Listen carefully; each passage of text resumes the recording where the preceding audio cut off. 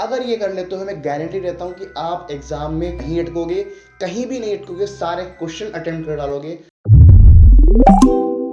Hello दोस्तों, तो कैसे हम बात करने वाले हैं 7 days tips for board exams. क्या आपके बोर्ड एग्जाम्स बहुत ही करीब है, अप्रॉक्सीमेटली 7 डेज ही बचे हैं या फिर उससे कम बचे हैं, तो क्या आपके लिए वो टिप्स होनी चाहिए तो आपको इस टाइम पे फॉलो करनी है, उसका ख्याल रखना है और उससे आप हाईएस्ट मार्क्स ला सकते हो, अपना बेस्ट परफॉर्म कर सकते हो। आज की वीडियो में हम बात करेंगे। तो बात करते हैं पहले पॉइंट की, जो कि मोस्ट इंपॉर्टेंट पॉइंट है, study on the laptop, switch off your phone. अपने फोन पे स्टडी मत करना। आजकल काफी ज्यादा बच्चे फोन पे स्टडी कर रहे हैं। होप आप ये वीडियो भी फोन पे देख रहे होंगे, तो कोशिश करो कि फोन पर ना देखकर इस स्टडी मटेरियल को आप देखेंगे लैपटॉप पे, क्योंकि लैपटॉप पे कम से कम डिस्ट्रैक्शन होता है। बट हो सकता है कि आपके पास लैपटॉप ना हो, तो अगर ऐसा है, लैपटॉप नहीं है, तो कोशिश करो कि आप अपने फ़ोन में जितनी भी आपकी एप्लीकेशंस हैं उनके नोटिफिकेशंस ऑफ कर दो, ताकि वो नोटिफिकेशन ना पाए, सिर्फ आप अपने काम की चीज़ें ही देखें। आपके फ़ोन में व्हाट्सएप है, आपके फ़ोन में इंस्टाग्राम है, उसकी नोटिफिकेशन ऑफ कर दो। चाहो तो एग्ज़ाम तक के लिए उसको डिलीट कर दो, ठीक है। सिर्फ स्टडी से रिलेटेड आपके फ़ोन में चीज़ें होनी चाहिए। इन 7 दिन के अंदर आपको यही ध्यान देना है। आज के टाइम में फ़ोन को अवॉइड करना बहुत मुश्किल है, तो हम अवॉइड तो पूरा नहीं कर पाएंगे, तो कोशिश करेंगे कि हम अपनी फालतू चीज़ों की नोटिफिकेशन ऑफ कर देंगे, ठीक। आपके घर पे कंप्यूटर लैपटॉप है तो आप उसमें स्टडी करो, ज़्यादा फोकस के साथ बड़ी स्क्रीन पे पढ़ोगे तो बेटर समझ में आएगा, अच्छे से अच्छा स्कोर कर पाओगे, ठीक है। उसके बाद है सेकंड पॉइंट, जो है do high weightage chapters firstly. आपको सबसे पहले वो चैप्टर्स अब स्टार्ट कर देने हैं, रिवीजन करना है जिसका काफ़ी हाई वेटेज है। बहुत सारे चैप्टर्स हैं, साइंस में कुछ चैप्टर्स ऐसे हैं, मैथ्स में भी हैं जिनसे काफ़ी मार्क्स का आता है, उनको ज़्यादा से ज़्यादा करना है आपको। अगर उसका रिवीजन करते जाओगे तो वो क्वेश्चंस आप एग्जाम में आराम से कर पाओगे और हाईएस्ट मार्क्स आपके रहेंगे, ठीक है। उसके बाद अगर आपके पास टाइम बचता है तो उन चैप्टर्स पे भी जाओ जिनका लो वेटेज है, बट उनको भी करना है। तो पहले करना है हाई वेटेज और फिर करना है लो वेटेज। मैं क्या करता था, मैं उसके बारे में आपको बताता हूँ। मैं पहले जो इजी चैप्टर्स होते थे उनको कर लेता था, ताकि मैं उसको करके पढ़ाई का फ्लो बना पाऊँ, और पढ़ाई का फ्लो बनता है तो फिर सारे चैप्टर्स हो जाते हैं, टफ से टफ चैप्टर भी हो जाता है, तो ज़रूर करना। उसके बाद है थर्ड पॉइंट, जो है do practice by writing the answer.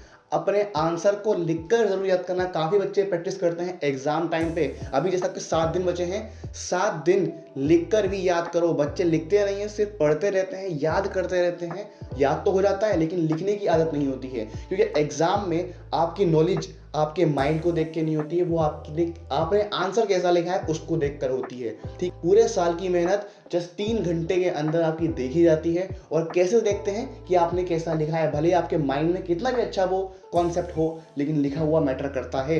तो लिखकर प्रैक्टिस करना, ताकि आपकी लिखने की हैबिट बनी रहे। कितनी अच्छी आपकी प्रेजेंटेशन है उस पर भी ध्यान देना।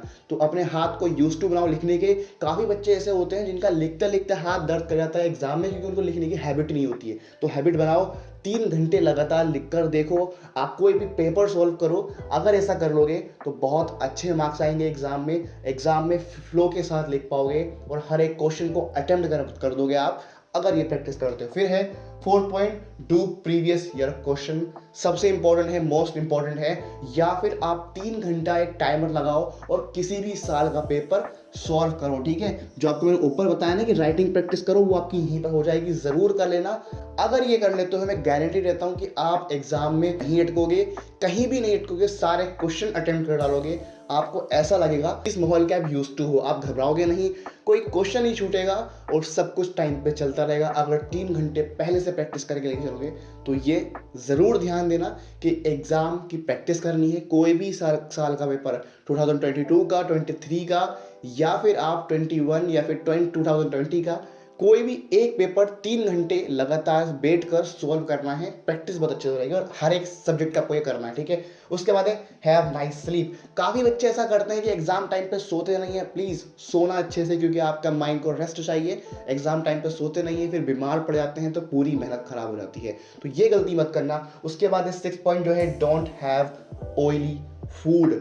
ऑयली फूड मत खाना, कोशिश करना है हेल्दी से हेल्दी खाना, वेजिटेबल्स खाना, फ्रूट खाना, क्योंकि वही पॉइंट मैंने आपको बताया कि एग्जाम टाइम पे काफ़ी बच्चे स्लीप अवॉइड करते हैं, जंक फूड खाते हैं और स्ट्रेस में होते हैं तो बीमार पड़ जाते हैं, और बीमार पड़ते ही पूरी कहानी खत्म। जो पूरे महीने से पढ़ते हुए आ रहे थे, सारी की सारी मेहनत खराब हो जाती है। क्योंकि यही टाइम है आपका संभालने का और यही टाइम है पढ़ने का। और हो सकता है कि एग्जाम टाइम पे तबीयत खराब हो जाए, तो ऐसा नहीं करना है। हेल्थ का ख्याल रखना है, अच्छे से खाने पीने का ख्याल रखना है और साथ में स्लीप का भी ध्यान रखना है, ठीक है। वाटर को जरूर ध्यान रखना, डिहाइड्रेशन नहीं होनी चाहिए, ठीक है। उसके बाद नेक्स्ट पॉइंट जो है, focus on Hindi, English and optional subject. ये काफ़ी इंपॉर्टेंट पॉइंट है। काफ़ी बच्चे इसको भूल जाते हैं कि हिंदी इंग्लिश पर ध्यान देना है आपको, क्योंकि ये ऐसे सब्जेक्ट है कि जस्ट 7 दिन या फिर 1 month, max to max 1 month और मिनिमम 7 दिन अगर इसको पढ़ लोगे ना, तो काफ़ी अच्छे मार्क्स आपके आ जाएंगे। ट्रस्ट मी, आप जितनी मेहनत साइंस और मैथ्स में करते हो, उतनी मेहनत अगर इसमें कर दोगे तो 100 मार्क्स आपके आराम से आ जाएंगे, ठीक है। 100 की बात कर रहा हूँ मैं, लेकिन अगर ये 7 दिन अच्छे से पढ़ लोगे आप इंग्लिश और हिंदी को, तो 80+ या फिर 90+ आप आराम से ले आओगे जस्ट इन 7 दिन में, ठीक है। तो शुरू के पेपर आपके हिंदी और इंग्लिश के हैं, तो कोशिश करना कि इनकी तैयारी अच्छे से करते रहना। बाकी चैप्टर्स भी हैं, उनको भी करते रहना और कोशिश करना कि जितना अच्छा पढ़ सकते हो, जितना देर तक आप पढ़ सकते हो, पढ़ने की कोशिश करना, मत छोड़ना किसी भी चीज़ को।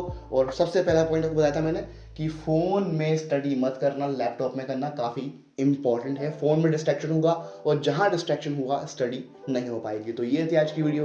होप आपको समझ तो वीडियो को लाइक कर देना, आप मुझे सब्सक्राइब भी कर देना। अगर आपको उसके बारे में और जानना है तो आप मुझे कमेंट कर सकते हो, ताकि मैं उस वीडियो बना पाऊँ। तो मिलता है आपसे अगली वीडियो में, तब तक के लिए all the best. Thanks for the watching and piece.